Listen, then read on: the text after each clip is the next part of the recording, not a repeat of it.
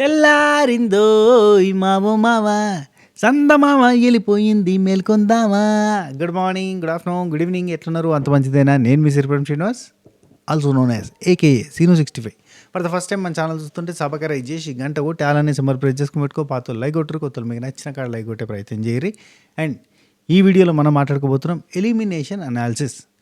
ప్రతి వారం కూడా మన సిక్స్త్ సెన్స్కి పని చెప్పి నా సిక్స్త్ సెన్స్ ప్రకారం వీళ్ళు ఎలిమినేట్ అవుతారేమో అని అనిపిస్తుంది అంటాం కదా, వాళ్ళు ఎలిమినేట్ అవుతూ ఉంటారు. సో గా ప్రకారంగా ఈ వారం ఎలిమినేట్ ఎవరైతారు అని మనం గెస్ చేద్దాం. ఇది ఎక్కడ లీక్ కాదు, మనకు మధ్యాహ్నం తర్వాతనో సాయంత్రం వరకు మనకి లీక్స్ వస్తాయి. అప్పుడు మనం మాట్లాడుకుందాం కన్ఫామ్ ఎలిమినేషన్. ఇదైతే ఎలిమినేషన్ అనాలిసిస్. సో నాకైతే నా దృష్టిలో ముగ్గురు ఉన్నారు. ఆ ముగ్గురిట్లలో డ్యామ్ షూర్ ఒకరు వెళ్ళిపోతారని థాట్ వస్తుంది. వాళ్ళు ఎవరో కూడా చెప్తా. రైట్, ఫస్ట్ నామినేషన్లో ఎవరున్నారు? దీనికంటే ముందు ఒక విషయం చెప్పాలబ్బా. ఇది మన స్వాతి పికిల్స్ www.swatipickles.com వెబ్సైట్ ఒకసారి విజిట్ చేయరి. మీకు ఏదైనా నచ్చిన ఐటమ్ ఉంటే ఒక పావు కిలో ఆర్డర్ పెట్టుకోండి. అది టేస్ట్ మంచిగా అనిపిస్తే మళ్ళీ మీకు కావాల్సినంత క్వాంటిటీ ఆర్డర్ పెట్టుకోండి. ఇది ఎందుకు గుర్తు చేస్తున్నా అంటే, ఈ మధ్యకాలంలో గుర్తు చేస్తలే మనకు కూడా ఇంటి దగ్గర కొంచెం అంటే నాన్న హెల్త్ అదంతా కొంచెం ఉంది కాబట్టి నేను కూడా మరీ స్ట్రెచ్ చేసి చెప్తలే. మేము కూడా మరీ బడెన్ తీసుకునే ఉద్దేశం లేకుండే, అందుకే స్ట్రెచ్ చేసి చెప్పలేదు. ఇప్పుడు కూడా ఎందుకు చెప్తున్నా అంటే, యాక్చువల్లీ రాత్రి కూడా మార్నింగ్ ఏం జరిగిందంటే, మన పికిల్స్ ఫోన్ మీద ఫోన్ బిగ్ బాస్ గురించి పికిల్స్ ఫోన్కి ఫోన్ చేయకూడదు. ఎందుకంటే వేస్ట్. అది మ్యాక్సిమం నేను 99.99% ఎత్తను. ఆ టైంలో ఎర్లీ మార్నింగ్స్ రాత్రుల్లో చేస్తే కూడా ఎత్తము. అండ్ ఇంకోటి, వాట్సాప్ మాత్రమే పనిచేస్తుంది. దానిలో వాట్సాప్ మాత్రమే చేయాలి అంతే. వాట్సాప్లో ఫారిన్ వాళ్ళు ఉంటే కనుక ఫారిన్ త్రూ ఆర్డర్ పెట్టుకునే వాళ్ళు, వెబ్సైట్ వర్కౌట్ కాదు కదా అక్కడ. సో మీరు ఫారిన్ వాళ్ళంతా కూడా వాట్సాప్ త్రూ ఆర్డర్ పెట్టుకోవచ్చు. అండ్ దానిలో బిగ్ బాస్ ముచ్చట్లు పెట్టకూర్రి, వేస్ట్ దండగా. ఇన్స్టాగ్రామ్ ఉంది, హ్యాపీగా శ్రీను65_official. దానిలో బిగ్ బాస్ ముచ్చట్లు మాట్లాడుకుందాం. చాలామందికి రిప్లైలు ఇస్తుంటా, వేల మందికి రిప్లైలు ఇచ్చిన నేను ఇప్పటి వరకు బిగ్ బాస్ మీద. అసలు ఏ రివ్యూవర్ కూడా ఇయ్యనంత మందికి నేను రిప్లైలు ఇస్తుంటా. చాలామంది మన అక్కలకి, చెల్లెలకి, చాలామందికి తెలుసు, అన్నలకి, తమ్ముళ్ళకి. నేను ఎవరెవరికి ఇప్పటివరకు రిప్లై ఇచ్చిన కింద కామెంట్ పెట్టండి మీరు. అంటే కొంతమంది అనుకుంటారు కదా నాకు రిప్లై ఇవ్వలేదు అని. ఎంతోమందికి ఇస్తుంటా కదా, ఫ్లోలో కొన్ని వందల మెసేజ్లలో ఇస్తూ పొంగ అట్లా. కొంతమందికి రావచ్చు, కొంతమందికి రాకపోవచ్చు, కానీ మ్యాక్సిమం అందరికీ చాలామందికి రిప్లై ఇస్తుంటా. అది అక్కడ మనం బిగ్ బాస్ గురించి మాట్లాడుకుందాం. ఇది పికిల్స్కి సంబంధించింది, లిటరల్లీ పికిల్స్కి సంబంధించింది మాత్రం. Pickles and snacks and sweets, that's it. Okay right. Business is business, big boss is big boss కదా. రైట్, నామినేషన్లో ఉన్నది 8 మంది. ఈ 8 మందిలో మనం ఫస్ట్ వీక్ స్టార్ట్ నుంచి చూస్తున్నాం. స్ట్రాంగ్గా ఫస్ట్ ప్లేస్లో ఉన్నది ఇద్దరు. తనుజ, కళ్యాణ్. వీళ్ళిద్దరు పోటాపోటీగా ఓటింగ్లో కొట్లాడుకుంటారు. వీళ్ళిద్దరికి ఆటను చూసే ఓటేస్తున్నారంటే అది కూడా చెప్పలేము. ఎందుకంటే కళ్యాణ్కైనా ఆటను చూసి ఓటేస్తుండొచ్చు, కానీ తనుజకి ప్రీ ఎగ్జిస్టింగ్ ఫ్యాన్ బేస్ ఖచ్చితంగా సపోర్ట్ చేస్తుందని చెప్పాలి. ఎందుకంటే తన పర్ఫార్మెన్స్కి ఓటింగ్కి సంబంధం లేదు. బేసిక్గా నిన్న క్యాప్టెన్సీ దానిలో కూడా తను పెద్దగా పర్ఫామ్ చేయలేదు. ఫెయింట్ అయిపోయింది కాబట్టి టక్కన అటు సైడ్ తిరిగింది మొత్తం అంతా. కానీ తనకు హండ్లు తిరిగి కింద పడిపోయింది కాబట్టి అటు తిరిగింది. కానీ బేసిక్గా ఇమాన్యుల్ గురించి మనం డప్పు కొట్టి ఓ అని లేపి చెప్పాల్సిన, అసలు ఇమాన్యుల్ సపరేట్ తమ్నేల్ పెట్టి మగాడ్రా బుజ్జి ఆ కైండ్ ఆఫ్ తమ్నేల్ పెట్టి, సింహ బలుడు, మామూలుడు కాదు, సంకల్ప బలమే తన బలం, ఇట్లాంటివన్నీ పెట్టి మనం చెప్పుకునేటోళ్ళం. కానీ తనుజ ఫెయింట్ అయిపోయేసరికి తన చుట్టూ తిరిగింది కథ అంతా. ఏమి చేసినా ఏమి చేయకపోయినా తన చుట్టూ కథ తిరుగుతుంది, అదే అద్భుతం. సో కళ్ళు పడిపోయింది. దాన్ని మనం మజాక్ చేయాల్సిన అవసరం లేదు. అక్కడ ఆరోగ్యం ఎవరికి బాగాలేదు. పైకెళ్ళి ఫుడ్ పోయిన వారం రేషన్ వచ్చినప్పుడే ఇమాన్యుల్ ఒక మాట అంటాడు, బిగ్ బాస్ ఎలిమినేట్ అయింది ముగ్గురు కాదు, ఇంత తక్కువ పంపించినవి అని అడుగుతాడు. సో ఆ తర్వాత కూడా మనం వాళ్ళు ఫుడ్ వడ్డించుకునేటప్పుడు చూస్తుంటే చెంచడే ఒక గంట అన్నం, ఒక గింతంతా చిన్న స్పూన్తో కర్రీ వేసుకున్నట్టు వేసుకుంటారు. చాలా ఇబ్బందికరమైన వాతావరణం ఉంది. ఫుడ్ తక్కువ అవుతుంది, ఎనర్జీ తక్కువ అవుతుంది. ఈ లెక్కన వాళ్ళకి ఏమవుతుందంటే, వీక్ ఉంటారు కాబట్టి ఈజీగా వైరల్ ఫీవర్స్ అటాక్ అవుతున్నాయి. సో దానివల్ల ఇంకా వీక్ అవుతారు. అండ్ ఈ వీడియో స్టార్ట్ చేసే ముందు ఒక మాట చెప్దాం అనుకున్నా. చాలామంది నాకు మెసేజ్ పెట్టారు, అన్న తనూజ హెల్త్ ఆయేషా హెల్త్ కాదా, తన గురించి ఒక ప్రోమోనో ఒక వీడియోని ఎందుకు చూపించలేదన్న. అన్న ఈ హౌస్లో ఇంతవరకు ఎలాంటి మెడికల్ ఎమర్జెన్సీ సిచ్యువేషన్ రాలేదా? నువ్వే చెప్పినావు కదా, ఒకసారి సంజనాకి ఊపిరి ఆడకపోతే ఇమాన్యుల్ ట్యాబ్లెట్ తెచ్చిస్తే ఒక టాస్క్ ఆడేటప్పుడు, అది సాటర్డే ఎపిసోడ్లోనూ జరిగితే ఊపిరి ఆడకపోతే అక్కడ కూర్చుని బ్రీతే తీసుకోలేని సిచ్యువేషన్కి పోయింది, చాలా ఇబ్బంది పడ్డది. మరి ఆ రోజు ఎందుకు చూపించలేదు? ఆ రోజు ఎందుకు మనకు అసలు ఆ ఫుటేజ్ చూపించలేదు? ఓన్లీ తనుజాకి మాత్రం ఇట్లా జరిగితే ఎందుకు చూపించారు? సింపతి రావాలనా అని కొంతమంది క్వశ్చన్ చేస్తున్నారు. దీనికి ఆన్సర్ నేను చేసే ఉద్దేశం లేదు. మీరేమనుకుంటారు కింద కామెంట్ చేయండి. ఆయేషాకి హెల్త్ బాగాలేదు, సిక్ అయిపోయింది, మూలకు పడుకుంది, గజగజ వణుకుతూ ఉంటే చెద్దర్లు కప్పేసి పడుకోబెట్టిర్రు. చాలా ఇబ్బందికరమైన వాతావరణం అయింది. ఆమెకి అన్నం తినడానికి కూడా కాలేకపోతుంది. అసలు చాలా ఫుల్ సిక్ అయిపోయింది. ఇవన్నీ జరిగినాయి అని అంటున్నారు. మరి అవన్నిట్లలో ఒక్క క్లిప్ అన్నా ప్లే చేస్తే ఇఫ్ ఇన్ కేస్ ఆయేషా మళ్ళీ రావడానికి ఒక స్కోపు, హోప్ ఉండేది కదా! సింపతో, గింపతో, సంపతో వచ్చేది కదా! మరి ఎందుకు చూపియలేదు అని అడుగుతున్నారు. ఇందులో న్యాయం ఉందనిపించింది. కానీ ఈ 'బిగ్ బాస్' ఎప్పుడైనా కొంతమందికి న్యాయం చేస్తాడు, కొంతమందికి అన్యాయం చేస్తాడు. అదే 'big boss'. Right. Tanuja. Tanuja Puttaswamy నిన్న డైలాగ్ కూడా ఒకటి బాగా ఫేమస్ అవుతుంది. ఏంది? ఒక ఆడపిల్లనిరా, మీ అంత బలం ఉండదురా, కనీసం నాకు సపోర్ట్ చేయవారా అని చెప్పి ఇమాన్యుల్ని అడుగుతుంది. ఎక్కడ? టాస్క్ మధ్యలో, లాస్ట్ రౌండ్లో తనుజ అండ్ ఇమాన్యుల్ ఉన్నప్పుడు ఆ బోన్ అందుకునే దగ్గర ఒక ఆడపిల్లనిరా, కనీసం సపోర్ట్ చేయవారా అని అడుగుతుంది. అది తోటి ప్లేయర్ని అడుగుతుంది. దీనిలో న్యాయం ఉందా అంటే అస్సలు న్యాయం లేదు. అది రాంగ్. అసలు అది ఆట ఆడే విధానమే కాదు, అది పద్ధతే కాదు.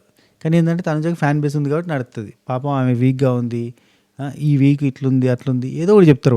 వాళ్ళు ఏదో ఒకటి రుద్దడానికి ట్రై చేస్తూ ఉంటారు. బేసిక్ ఏంటంటే అది రాంగ్, చాలా రాంగ్. ఆట ఆడితే ఆడాలి, లేదంటే మూసుకొని కూర్చోవాలి. కానీ ఆట ఆడకుండా అంటి ముట్టనట్టుగా ఆడి, టచ్ మీ నాట్ అన్నట్టు ఆడి పైకి వెళ్ళి ఆట ఆడేటోళ్ళని పోయి బతిలాడడం కూడా సపోర్ట్ చేయమని. అండ్ టాస్క్ అయిపోయిన తర్వాత మిడ్ నైట్ ముచ్చట్ల వీడియో వస్తుంది. దీని తర్వాత చూడురి, అందులో చెప్తా.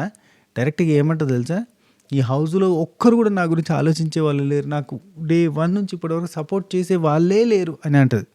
అంటే దానికి మాధురి వంత వాడతా తినిపించుకుంటా, అవునరా నీకు అసలు ఈ హౌస్లో ఎవరు సపోర్ట్ చేసేటోళ్ళు లేరు, కొంచెం కళ్యాణ్ చేస్తాడు కానీ అసలు ఎవరు సపోర్ట్ చేసేటోళ్ళే లేరురా నీకు అని చెప్తుంది.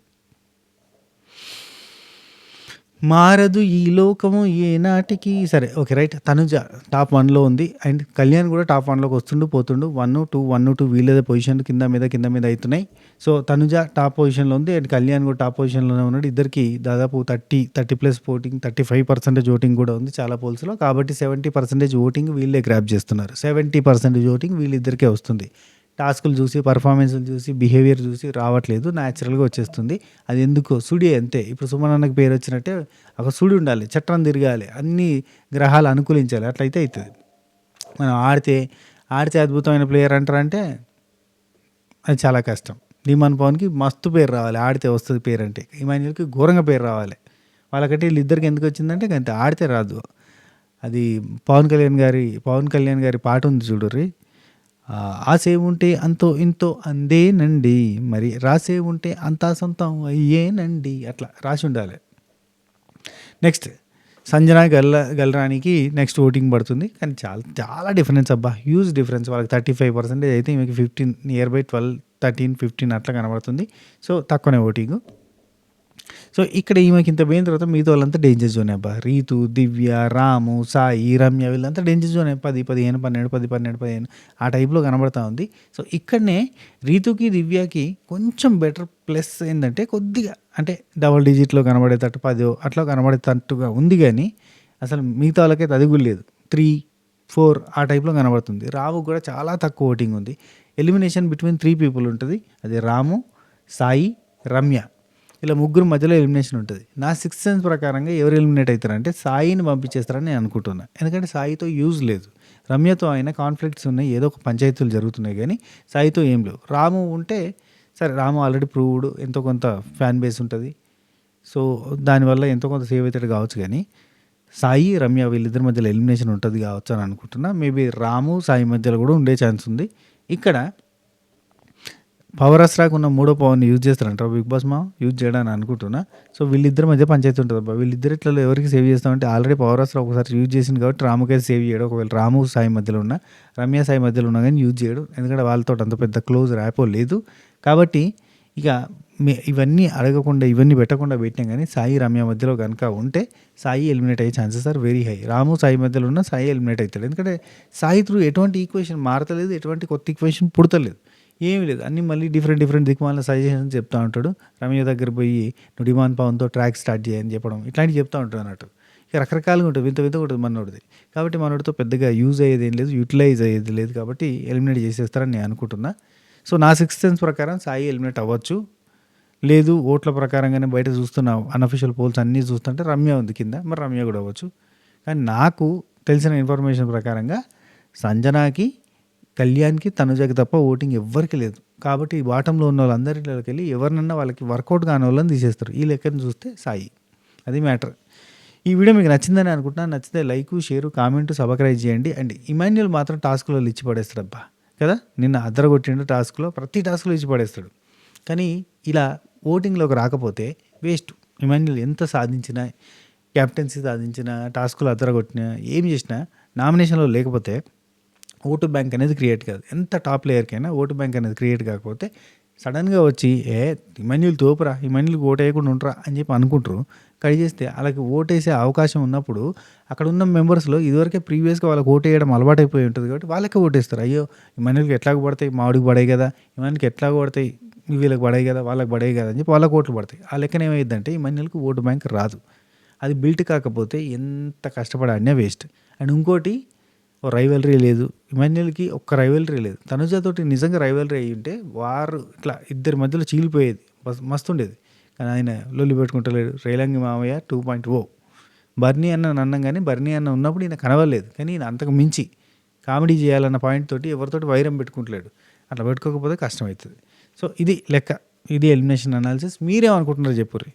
ఈ సీజన్‌కి ఈ సీజన్‌కి విన్నర్ ఎవరు అవుతారు అని అనుకుంటున్నారో వాళ్ళ పేరు పెట్టి విన్నర్ అని చెప్పి పెట్టే ప్రయత్నం చేయండి. అట్నే ఈ వీక్ ఎలిమినేట్ ఎవరు అవుతారు అని అనుకుంటున్నారో కూడా కింద కామెంట్ చేసే ప్రయత్నం చేయండి. ఓకేనా? ఉంటా. Take care. Tata. By by. నమస్తే.